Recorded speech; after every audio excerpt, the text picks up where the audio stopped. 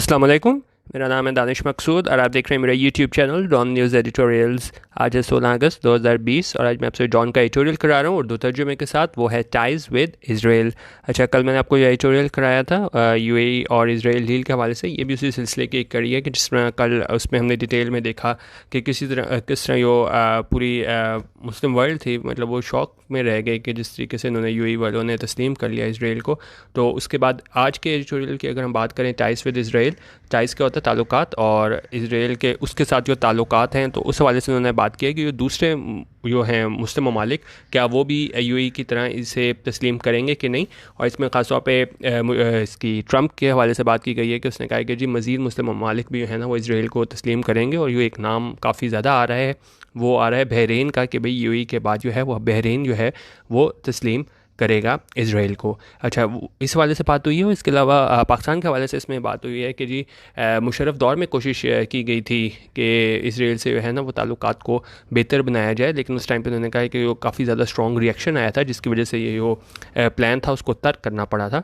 तो बेसिकली इसमें सिर्फ इन्होंने ये बताया हुआ है कि जो दूसरे मुसलमान ममालिक हैं अब क्या वो भी, और दूसरे आप अरब ममालिक कह लें, कि वो भी इसको इज़राइल को तस्लीम करेंगे कि नहीं। तो वो इसको हम देख लेते हैं। अच्छा, पहले एडिटोरियल स्टार्ट करने से पहले कुछ ईडियम्स जो यूज़ हुए हैं इसमें हम वो देख लेते हैं और फिर हम एडिटोरियल की जानिब चलेंगे। ये 4 ईडियम्स हैं, इनको देख लेते हैं। To cast one's lot with. अच्छा, इसका क्या मतलब होता है कि अगर आप किसी के साथ मिल जाओ, ठीक है, तो आपको भी वही फेट का सामना करना पड़ता है, कॉन्सिक्वेंसेस का सामना करना पड़ता है, जो दूसरे को फेस करना पड़ता है। और यहाँ पे किस हवाले से उन्होंने बात की है कि जी अरब ममालिक जो हैं अगर वो मिल जाते हैं इज़राइल के साथ, तो ज़ाहिर है फिर उनको भी उसी तनाजुर में उसी फेट का सामना करना पड़ेगा। अब ये एडिटोरियल भी आएगा तो उसको हम ज़्यादा डिटेल में देख लेंगे। Decide to join someone or something and share in his or her fate. ठीक है, when someone cast his lot with someone or something, he is joining his person or this group and therefore joins the fate of this people. और यहाँ पे अरब ममालिक के बारे में बताया गया है कि अगर वो ज्वाइन कर लेंगे तो कास्ट वंस लॉट विद किसके साथ, इज़राइल के साथ, तो फिर उनको भी उसी कॉन्सिक्वेंसेस का सामना करना पड़ेगा। इसमें क्या है, उसी फेट का सामना करना पड़ेगा जो दूसरे जो ममालिक हैं अरब, उनको फेस करना होगा। ठीक है, million dollar question. Million dollar question क्या होता है? Question that is very important और डिफिकल्ट टू आंसर, उसको हम बोलते हैं मिलियन डॉलर क्वेश्चन। उसके अलावा फॉलो सूट। फॉलो सूट ये होता है कि कोई एक दूसरा बंदा या मुल्क कोई काम करो और आप भी वैसे ही काम करो, तो उसको हम कहते हैं follow suit. Confirm to another's actions. Spain cut its rates by 0.5% but no other country has followed suit. उन्होंने कहा स्पेन ने जो है वो क्या किया है, अपने रेट्स कम किए 0.5% से, लेकिन दूसरे किसी और मुल्क ने ऐसा नहीं किया। But no other country has followed suit, यानी किसी दूसरे ने ऐसा नहीं किया। तो बेसिकली यही होता है फॉलो सूट। एक बंदा काम करे, दूसरा वैसे ही काम कर ले, तो हम कहते हैं कि उसने फॉलो सूट किया है। Pros and cons. Pros and cons क्या होता है? फ़ायदे और नुकसान। कोई भी आप काम करने से पहले आप कहते हो कि भाई मैं देख लूँ कि इसके प्रॉस और कॉन्स क्या हैं, यानी इसके फ़ायदे और नुकसान क्या हैं। The pros and cons of something are its advantages and disadvantages which you consider carefully so that you can make a sensible decision।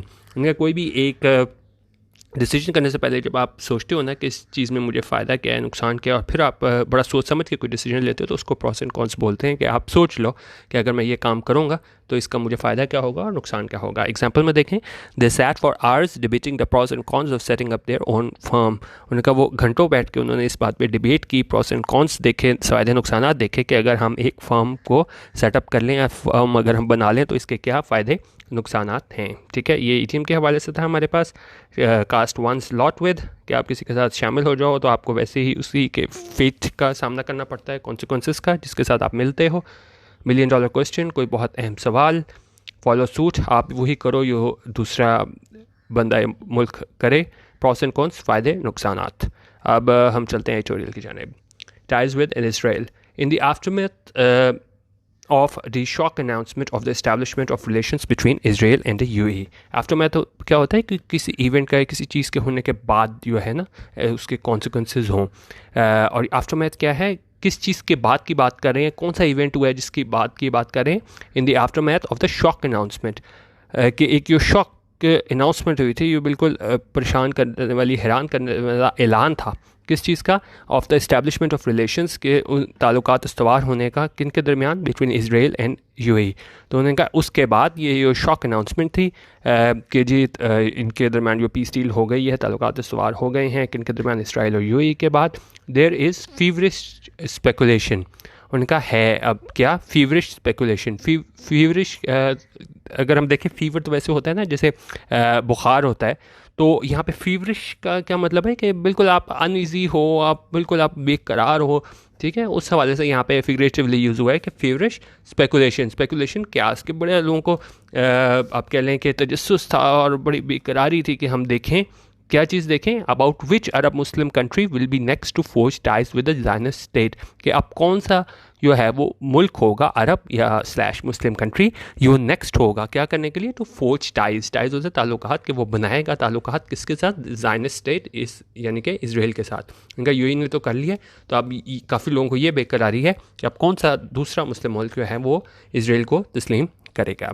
Beyond the realm of conjecture, conjecture होता है क्यास करना, तो उन्होंने कहा इसके अलावा क्यास करने के अलावा जो है ना, none other than the president of the US has confirm that this process has begun. उन्होंने कहा जो प्रेसिडेंट हैं किसके, यूएस के, Donald Trump, has confirmed, present perfect के साथ, हैज़ के साथ वर्ब की थर्ड फॉर्म, उन्होंने इसको कंफर्म कर दिया है। क्या चीज़, that this process has begun, कि ये प्रोसेस है ये क्या है, हैज़ बिगन, दोबारा प्रेजेंट परफेक्ट है, शुरू हो गया है। And it is a matter of when not if, और उन्होंने कहा ये प्रोसेस शुरू हो गया है कि ये तस्लीम कर रहे हैं इसराइल को, और ये क्या है, matter of when not if, यानी अब सवाल ये नहीं रह गया है कि सवाल कि ये मिलते हैं कि नहीं मिलते, इसराइल के साथ तस्लीम करते हैं कि नहीं यो मुस्लिम और अरब ममालिक। उन्होंने कहा सवाल सिर्फ ये रह गया कि ये कब करते हैं, क्योंकि करना तो इन्होंने है ही, क्योंकि दोबारा पढ़ें, it is a matter of when not if. उनका ये सवाल ख़त्म हो गया कि मिलते हैं कि नहीं, मिलना ज़रूर है, बस अब सिर्फ ये देखना है कि कब मिलते हैं।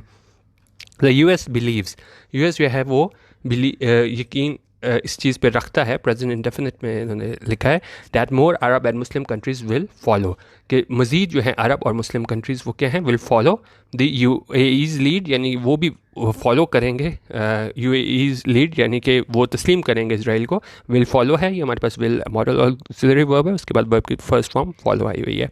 और उन्होंने कहा रीड्स अ वाइट हाउस स्टेटमेंट, और ऐसा किसने कहा कि जी दूसरे अरब और मुस्लिम ममालिक भी हो इसके यूएई को फॉलो करेंगे, ऐसा वाइट हाउस स्टेटमेंट है, हमें वहाँ पे देखने को मिला। अच्छा, अब यूएई की बात हो गई, अब उन्होंने कहा है कि दूसरा मुल्क जो कहा जा रहा है कि जी इसको तस्लीम करेगा इसराइल को, वो क्या है, बहरीन।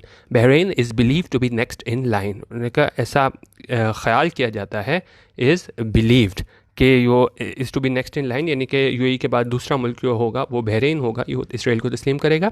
वाइल कुशनर, ये कुशनर कौन है, अच्छा अब ये कुशनर के बाद कॉमा लगा के ये इसको हम नाउन एंड एपोजिशन बोलते हैं, इसके बारे में मज़ीद डिटेल बता रहा है कि ये कुशनर कौन है, Donald Trump son in law and his Middle East emissary, ठीक है, फिर टू कॉमा है। अगर हम इसको ऐसे पढ़ते हैं ना, while Kushner told American media, अब जिसको नहीं पता भाई ये कुशनर कौन है तो उसके लिए पढ़ते हुए प्रॉब्लम हो जाती, तो इसलिए वहाँ पे हम नाउन एंड एपोजिशन लगाते हैं कि उसके बारे में हम मज़ीद इन्फॉर्मेशन दे देते हैं कि अगर किसी को नहीं भी पता तो उसको डिटेल पता चल जाए। वाइल जेड कुशनर, और ये कुशनर कौन था, कॉमा टू कॉमा लगा के बता रहे हैं, डोनाल्ड ट्रम्प का सन इन लॉ था, और क्या था, उसका मिडल ईस्ट का इमेजरी था, और फिर कॉमा लगा के हमने आगे इसको कंटिन्यू किया है कि कुशनर टोल्ड अमेरिकन मीडिया, उसने अमेरिकन मीडिया को बताया, डैट क्या बताया। अच्छा, अब यहाँ पे अगर आप देखें ये इन्वर्टेड कॉमर्स में बता रहे हैं कि मतलब कि ये जो एडिटोरियल है, राइटर है, वो नहीं कह रहा, उसने एग्जैक्ट वर्ड्स उठाए हैं तो उसको हम इन्वर्टेड कॉमर्स में लिख देते हैं कि भाई ये राइटर नहीं कह रहा, एग्जैक्ट कोट एंड कोट जो जैसा उसने कहा है उसको एज इट इज़ इन्होंने रिप्रोड्यूस कर दिया है। क्या इसने कहा था इसके सन इन लॉ ने डोनाल्ड ट्रम्प के, इट इज़ एन इनएविटेबिलिटी, कि यह बिल्कुल एक ये चीज़ होना क्या है, ये नागुज़ीर है, कि मतलब जिस तरह ऊपर इन्होंने बात की है कि उन्होंने कहा कि तस्लीम तो करना ही है, बात सिर्फ ये है कि कब करना है, तो उन्होंने कहा ये बिल्कुल नागुज़ीर है। क्या चीज़, that Saudi Arabia and Israel will have fully normalised relations, कि सऊदी अरब और इसराइल के हैं वो बिल्कुल मामूल के मुताबिक उनके रिलेशंस हो जाएंगे, ताल्लुकात। हाउएवर, अब ये इन्वर्टेड कॉमर्स बंद कर दिए कि एग्जैक्ट उसके ये वर्ड्स थे कि जी सऊदी अरेबिया और इसराइल इनके भी नॉर्मलाइज्ड रिलेशंस हो जाएंगे। हाउएवर, ताहम Riyadh itself has still now kept silent on Abu Dhabi's latest move, लेकिन उनका रियाद जो है सऊदी अरब का कैपिटल है, उसने क्या क्या है अभी तक वो क्या है टिल नाउ kept silent, यानी अभी तक वो खामोश है किस चीज़ में, ऑन अबू धाबीज़ लेटेस्ट मूव के अबू धाबी का ये डिसीजन था लेटेस्ट कि जी हम उसको तस्लीम करें इसराइल को, तो इस बारे में वो बिल्कुल सऊदी अरब खामोश है।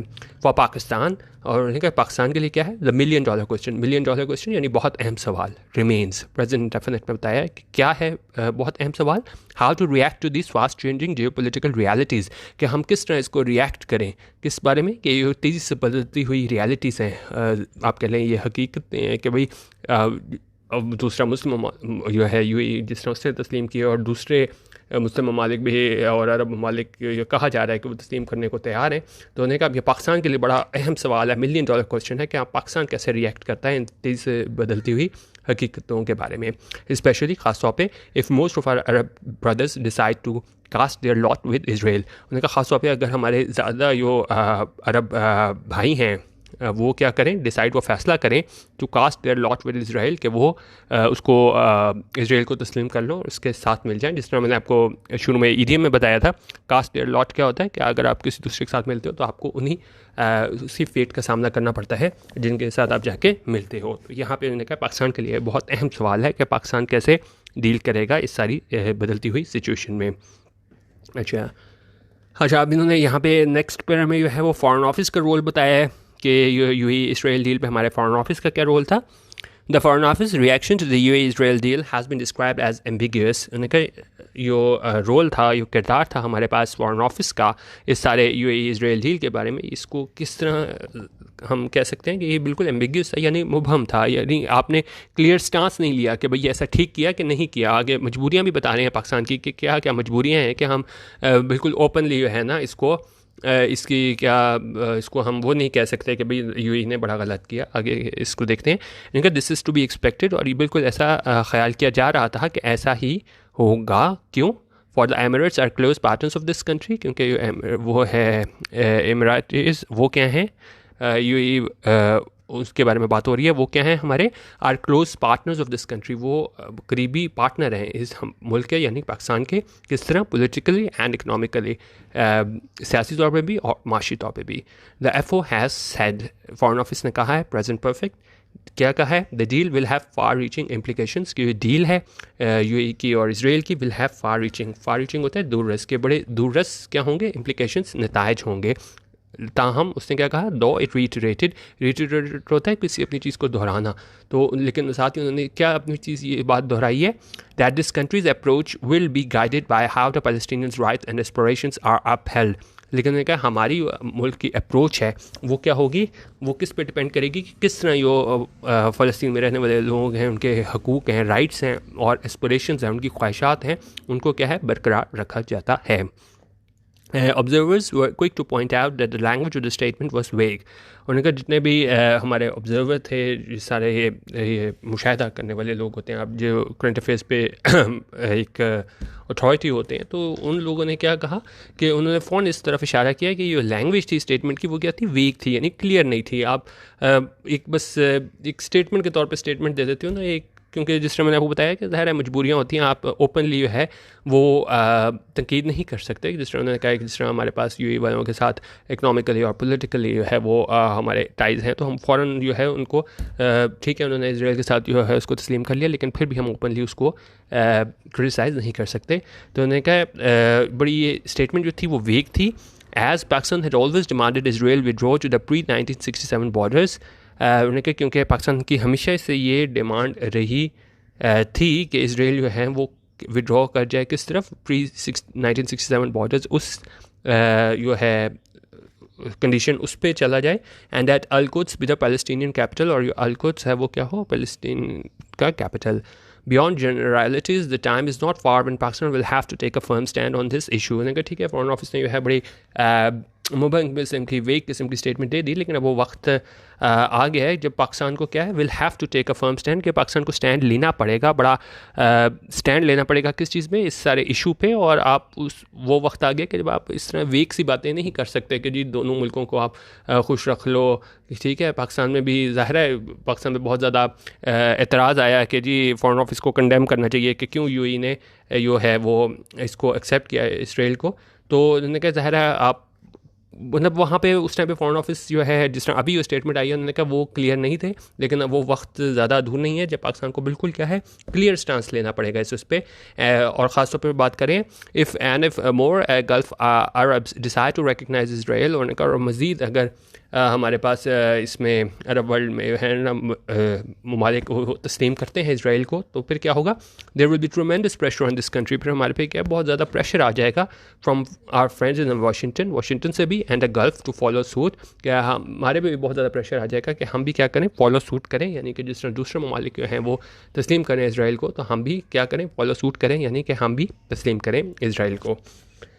ड्यूरिंग द मुशर्रफ इरा, अब बता रहे हैं कि क्या मुशर्रफ इरा में जो है ना वो कोशिश की गई थी कि किस तरीके से जो है वो हम इसराइल के साथ ताल्लुकात कायम करें। एक तो इन्होंने अभी की सूरत हाल बता दी कि किस तरह यूएई इसराइल की डील हुई, फिर बहरीन के नाम आ रहा है कि वो शायद तस्लीम कर लें, फिर उसकी ट्रंप की बात आई कि किस तरह उसने कहा कि मज़ीद ममालिक हैं वो इसराइल को तस्लीम कर रहे हैं, और अब मुशर्रफ इरा में बता रहे हैं कि किस तरीके से कोशिश की गई थी कि इसराइल के साथ ताल्लुकात कायम किए जाएँ। During the Musharraf era the idea of establishing ties with Israel was floated, उन्होंने कहा मुशर्रफ दौर में एक कोशिश की गई थी कि इसराइल के साथ ताल्लुकात जो हैं उनको सवार किया जाए with the then foreign minister meeting his Israeli counterpart in 2005, और किस तरह के 2005 में जो है जो फॉरेन मिनिस्टर थे उस टाइम के, उन्होंने मीटिंग की थी अपने इजरायली काउंटर पार्ट से, यानी कि अपने इजरायली फॉरेन मिनिस्टर से। काउंटर पार्ट क्या होता है कि अगर पाकिस्तानी फॉरेन मिनिस्टर जो है वो मिले इजरायली काउंटर पार्ट से, तो इसका मतलब होता है कि पाकिस्तान का फॉरेन मिनिस्टर जो है वो मिला है इसराइल के फॉरेन मिनिस्टर से। काउंटर पार्ट के दूसरी तरफ भी बंदा है वही ओहदा रखता हो, ये यहाँ पे है, यानी जिस तरह अगर हम कहें कि पाकिस्तानी प्राइम मिनिस्टर जो है वो अपने इसमें न्यूजीलैंड काउंटर पार्ट से मिला है, तो इसका मतलब कि वो न्यूजीलैंड के प्राइम मिनिस्टर से मिला है। However those plans were quickly shelved, उन्होंने कहा तहाँ वो प्लान्स जो थे वो उनको क्या क्विकली शेल्व कर दिया गया। शेल्व होता है किसी चीज़ को पोस्टपोन कर दो, ठीक है, तर्क कर दो, टेम्पररीली भी या परमानेंटली भी छोड़ दो वो प्लान्स। और वो प्लान्स क्यों छोड़ने पड़े कि जी इसराइल के साथ जो है ताल्लुकात कायम करो। While in the general sense the public mood here was not ready to accept ties with Tel Aviv, उन्होंने कहा जब जो है ना उसको समझ आ गई हुकूमत को पाकिस्तानी के जो है पब्लिक मूड है ना वो तैयार नहीं है कि हम जो इसके इसराइल के साथ जो है उनको ताल्लुकात कायम करें, तो उन्होंने कहा ये इरादा ही था कि उस टाइम पे इसराइल को उसके साथ ताल्लुकात सही बनाओ, तो ये प्लान जो है उसको तर्क करना पड़ा।